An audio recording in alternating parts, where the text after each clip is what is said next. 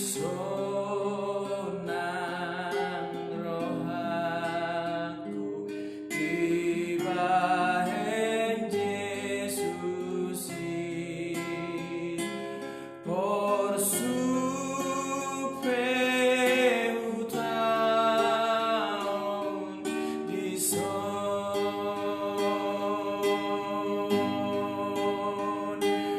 napos dorohaku dituhatai di pasonam totong rohaku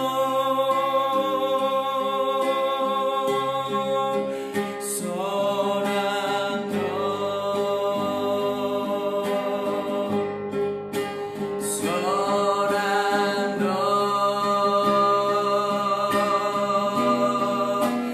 di pasonam totong rohaku. Shalom, berjumpa lagi dalam program 40 hari kampanye kerajaan Allah. Kiranya firman Tuhan yang mengatakan, berbahagialah orang yang lapar dan haus akan kebenaran, karena mereka akan dipuaskan, diwujud nyatakan dalam hidup kita semua. Amin. Pada hari ini kita akan melanjutkan tentang realitas kerajaan Allah masa kini dan yang akan datang, bagian yang kedua. Dalam Lukas 17 ayat 20-21, ini perikop tentang kerajaan Allah. Atas pertanyaan orang-orang Farisi, apabila kerajaan Allah akan datang, Yesus menjawab, katanya, kerajaan Allah datang tanpa tanda-tanda lahiriah. Juga orang tidak dapat mengatakan, lihat, ia ada di sini atau ia ada di sana, sebab sesungguhnya kerajaan Allah ada di antara kamu. Kerajaan Allah sekarang ini ada di antara kita, orang-orang percaya.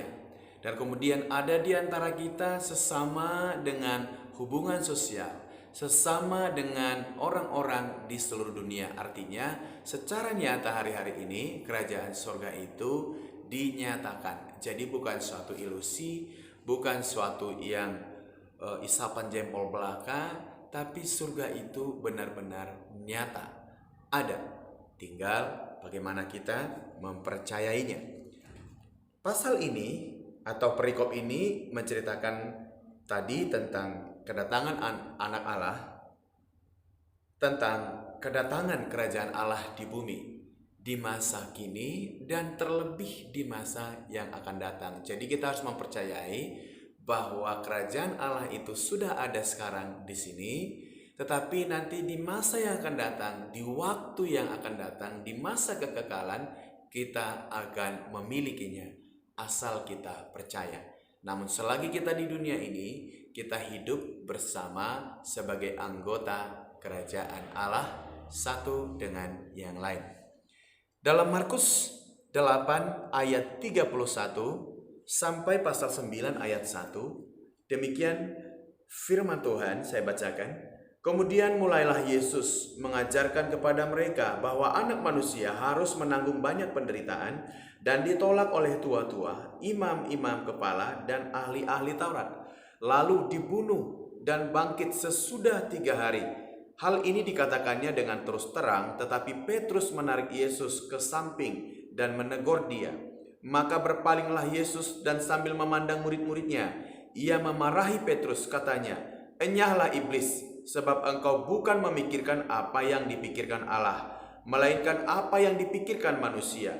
Lalu Yesus memanggil orang banyak dan murid-muridnya dan berkata kepada mereka, setiap orang yang mau mengikut aku, ia harus menyangkal dirinya, memikul salibnya dan mengikut aku. Karena siapa yang mau menyelamatkan nyawanya, ia akan kehilangan nyawanya. Tetapi barang siapa kehilangan nyawanya karena aku dan karena Injil, ia akan menyelamatkannya.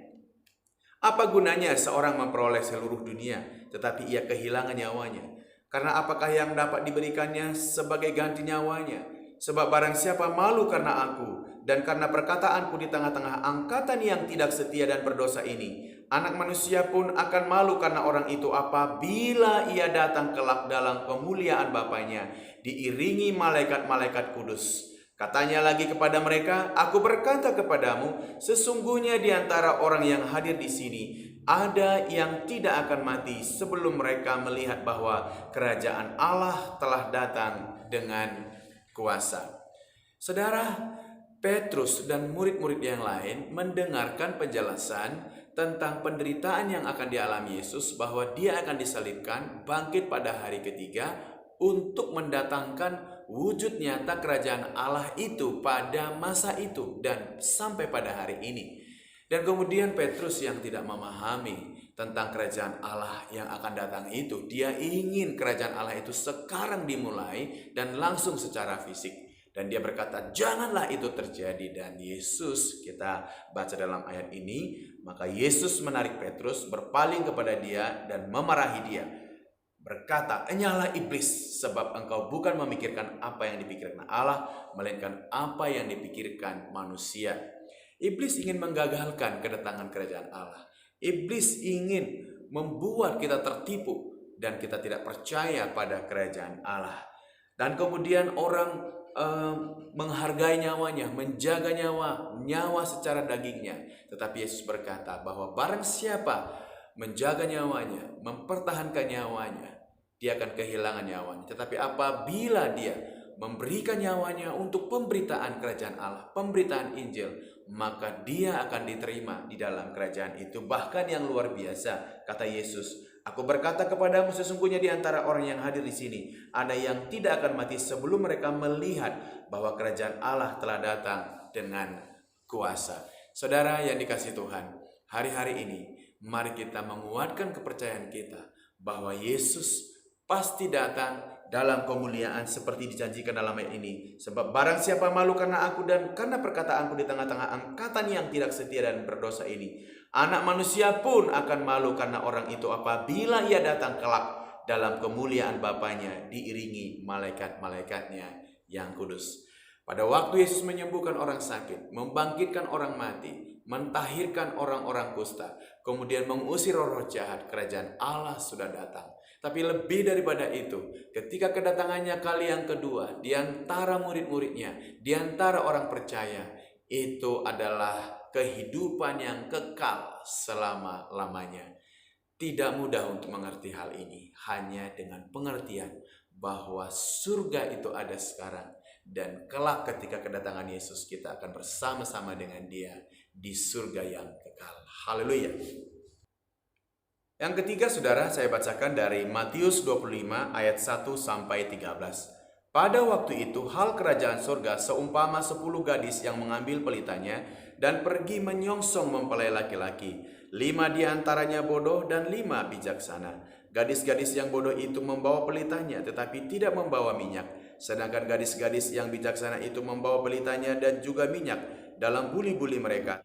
Tetapi karena mempelai itu lama tidak datang-datang juga, mengantuklah mereka semua lalu tidur. Waktu tengah malam terdengarlah suara yang berseru, mempelai datang, songsonglah dia. Gadis-gadis itu pun bangun semuanya lalu membereskan pelitanya. Gadis-gadis yang bodoh berkata kepada gadis-gadis yang bijaksana, berikanlah kami sedikit dari minyak itu, sebab pelita kami hampir padam. Tetapi jawab gadis-gadis yang bijaksana itu, tidak, nanti tidak cukup untuk kami dan untuk kamu. Lebih baik kamu pergi kepada penjual minyak dan beli di situ. Akan tetapi waktu mereka sedang pergi untuk membelinya, datanglah mempelai itu dan mereka yang telah siap sedia masuk bersama-sama dengan dia ke ruang perjamuan kawin.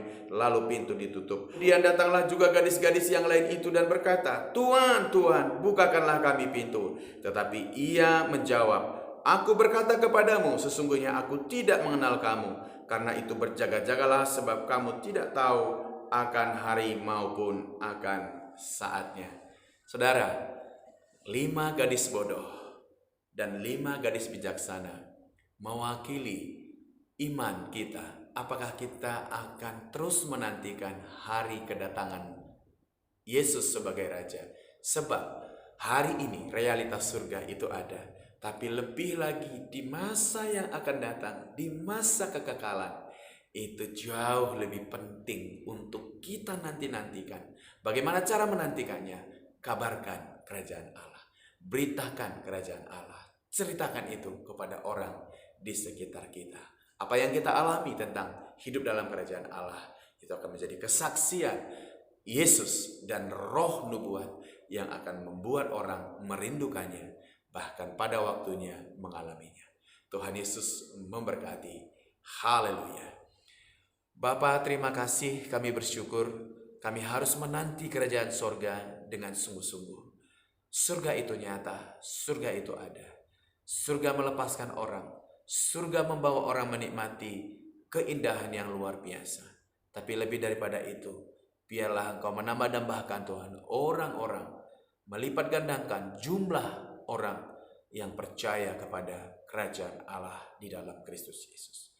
Terpuji Engkau Tuhan, kini dan sampai selama-lamanya. Demi nama Yesus kami berdoa. Amin. Salbu masukin atiwi, Romana holowi, molo tupan tikinai, imarina parpudi, di pangumani, nabi naini Tuhan tai, mardetehan mabitang na di langit, soniman nang doon tulani, makolom masubengi portibio.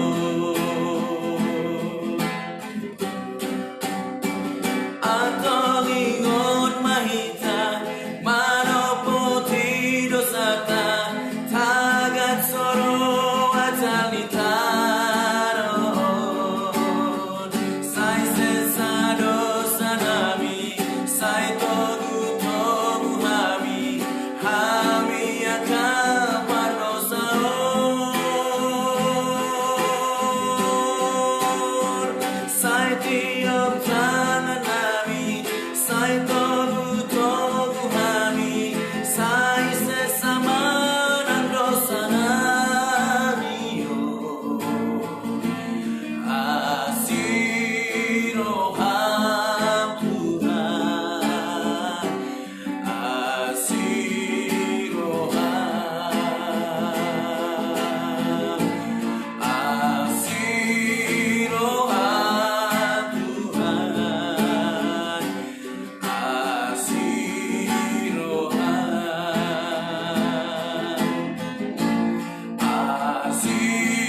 asiroham Tuhan, asiroham.